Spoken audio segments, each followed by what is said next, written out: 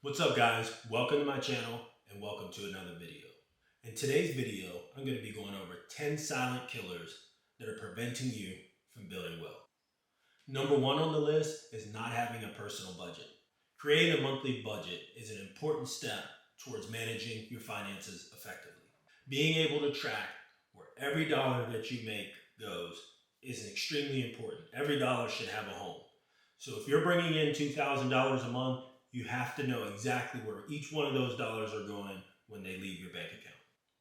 If you have any questions about how to create a monthly budget, I'll link a previous video that I posted that goes into detail on how to create a monthly budget. I'll link that below. Number two on the list is going to be saving money. Yes, it's important to actually have some cash on hand for whenever you need it, but saving too much money can be detrimental to your wealth building journey. So what do I mean by this? I think it's important to have an emergency fund, and depending on your tolerance, that can be anywhere from 3 months worth of monthly bills up to a year. I tend to be right in the middle at about 6 months. But after that, you really don't want to be saving money just to save money. There are instances where it is important to save money, and those instances are for short-term purchases, vacation. If you have an investment that you're saving up, such as an investment property that you want to acquire, so you would absolutely save money in those instances. If you're not saving money towards making a short-term purchase or making an investment sometime in the near future, you're better off putting those funds that you would have put into a savings account outside of your emergency fund into a low-cost ETF and dollar cost averaging every month to build wealth. Number three on the list is going to be taking financial advice from broke people. You never want to do this. There's a reason that they're broke. Now, I'm not saying that they're bad people because they're broke, but from a financial perspective, it would be very counterproductive of you to take advice, financial advice, from someone who isn't in the process of doing what you're wanting to do or that they've already done it. That's something that I've learned over my financial journey is I'm always striving to learn more and meet new people that can give me advice from a perspective that I've never seen before. So I'm not telling you to cut those people off, but what I am saying is from a financial perspective, one of the worst things that you could do is take advice from someone who's broke or is not in the process of achieving the financial goals that you've set for yourself.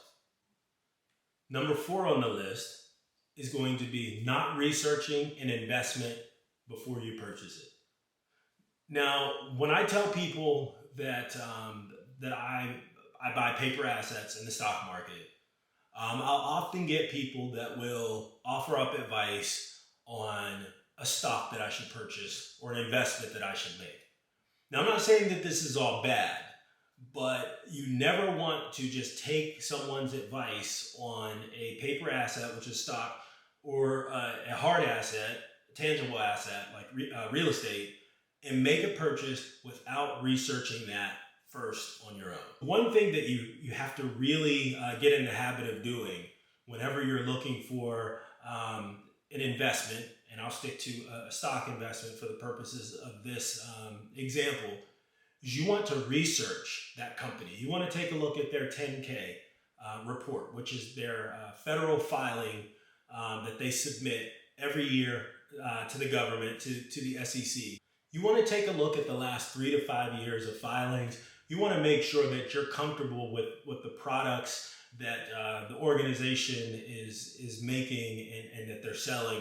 You want to make sure that their sales are up. You want to make sure that their debts are down. You want to make sure that you're listening to those investor calls if you're into purchasing single stocks.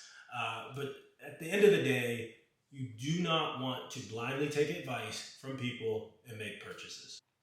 Number five on the list is paying credit card interest. Credit card interest, it comes in two different flavors that I'll use as an example. One will just be the standard credit card purchases that you make when you go and you buy, maybe groceries, or you buy clothing, or you take a trip, whatever it may be.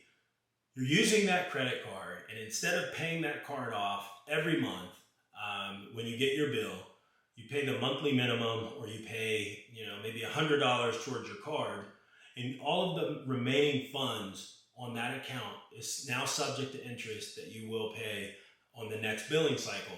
And unfortunately, some credit cards have interest rates above 20%. I've seen as high as 27%.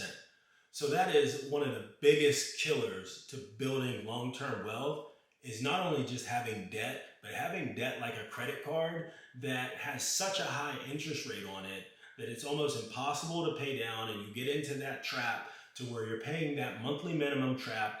And now on a credit card, they will have a section on your bill that says if you pay your monthly minimum payment, it'll take X amount of years to pay off your credit card.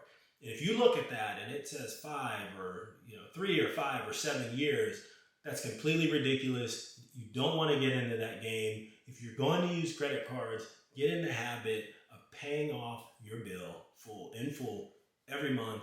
Never pay credit card interest. The second part of the credit card interest is the 0% interest trap. You'll go into somewhere like a Best Buy or a Lowe's or a Home Depot, something like that. You'll make a purchase. They give you 0% interest for 6 months.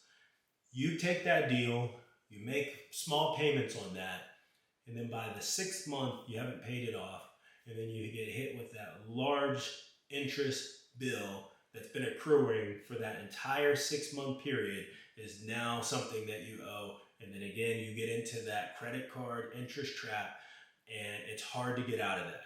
So if you're going to use the 0% interest credit card option, I would advise you to pay that off at least a month early and be very, very direct and very focused on getting that paid off so you're not subject to paying interest on credit cards. Next up on the list is get-rich-quick schemes. Now, we all have a friend or we've been this person in the past to where you could put $100 in here today, and that $100 is going to turn into $10,000 by the end of the month. We all know, and we've all heard the saying that if it sounds too good to be true, then it most likely is not true. Most wealthy people have had a very consistent way that they invest throughout their life to make their money. Now, I'm not saying that there aren't some instances where you can put a little bit of money into an investment, crypto for example, and that can explode overnight. That does happen, but that's not the norm, right? That's the exception. So we have to stop thinking that the exception now makes the rule and really just get focused on investing over the long-term period. At the time that I'm recording this video in May of 2023, stock market is looking like it may want to rebound, but it hasn't chosen a direction yet.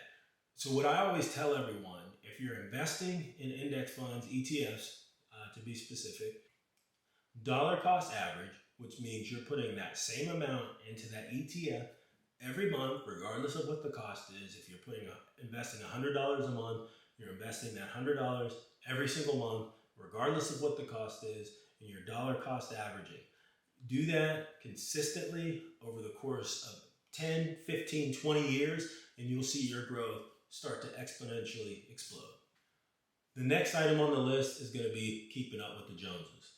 So what do I mean by keeping up with the Joneses? Your neighbor just buys a new car, you go outside and you see them drive by, right? So that means, oh, my neighbor just got a new car, so now I have to go buy a new car. Then you get into this trap to where you're competing with people that you don't even know. Sometimes you don't even like, right? You're competing with these people to show off things that don't matter, right? Now, I'm not saying don't go out and buy a nice car. I love nice cars. Cars are my vice, right? So if I could have 5 different cars and drive a different one every day, I would absolutely do it. But there's a reason for that. I've always loved cars ever since I was younger. Just something that I like to do. That's a hobby of mine. But if you follow this practice of keeping up with the Joneses, it will really derail your long-term wealth building potential. Because instead of taking those funds and investing it every month in an ETF or a stock or real estate or crypto, you're spending that money and you're making the manufacturer of that product wealthy and not yourself. Keeping up with the Joneses is absolutely a silent killer of wealth. The next item that's a silent killer of wealth is you're focusing on too many things at once. And this is something that I was guilty of in my late 20s and my early 30s. I wanted to have my hand in everything. I wanted to invest in real estate. I wanted to invest in crypto. I wanted to start a business. I wanted to invest in stocks. I was not laser focused on what I wanted. And over the years, what I've done is I've been really intentional about my wealth building journey and how I intend to get there. And I'm laser focused on 2 or 3 items, and those are the things that I'm going to be focused on until I hit my goal.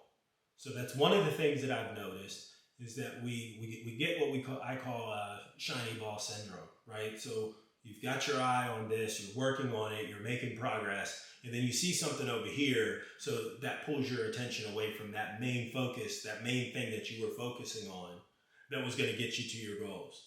So what I would advise you to do is I would advise you to sit down, jot down how you want to get to your financial goals. How do you want to get there? And what are the steps that you're going to take to get there? And follow that plan.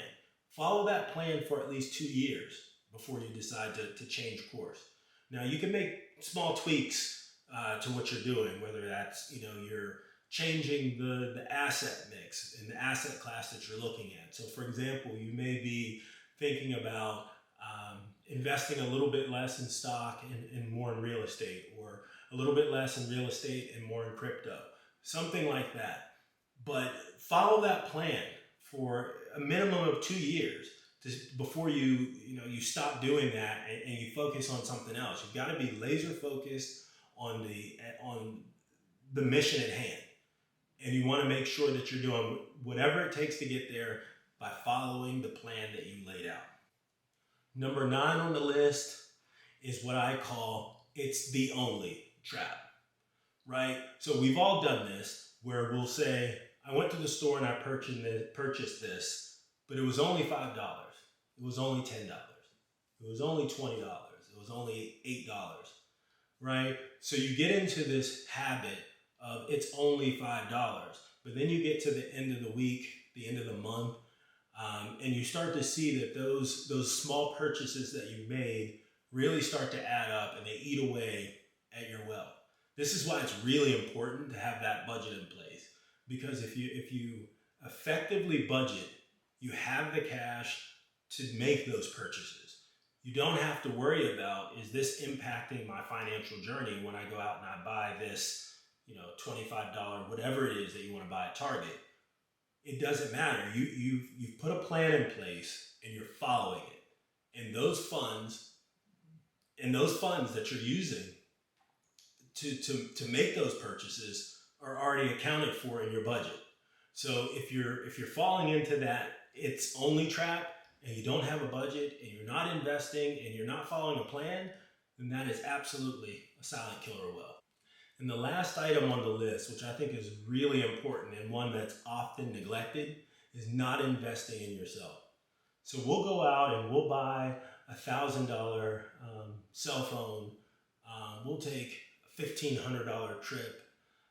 We'll spend $500 on clothes, but we won't invest in a course that will increase your financial acumen, or will help you become a better speaker, or will help you understand how to invest in real estate, how to invest in crypto, how to invest in stock, or just a book that's more about mindset, right? How we look at things, how we analyze things. Those are all important things to your personal growth. So it's not always about the financial side of it, right? There's also the education piece is equally as important, and you should always be striving to learn more, because you add that skill set to your toolbox and you'll start to see not only just your financial journey, but your journey in life will start to improve, and you'll start to see these things over time. So do not neglect investing in yourself. Take that course that you were thinking about, right? If there may be people that say, oh, I wouldn't pay that to go to this seminar. Don't listen to them, right? You've always got to be able to have an open mind about these things and really put yourself in a situation to win.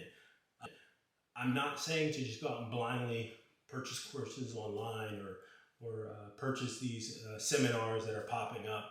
But if there's a very reputable person or company that's having an online course, in-person course, seminars, things of that nature, really take a hard look and see if it makes sense for you to participate in something like that, because from a personal growth perspective, it can really help you on your financial journey. All right, that's it. 10 silent killers that can prevent you from building long-term wealth. You got some value out of this video. I'd really appreciate a like and subscribe. Comment down below any silent killers that you think I may have missed or could be added to this list. I think it could be very applicable. So I appreciate it, and I'll see you in the next video.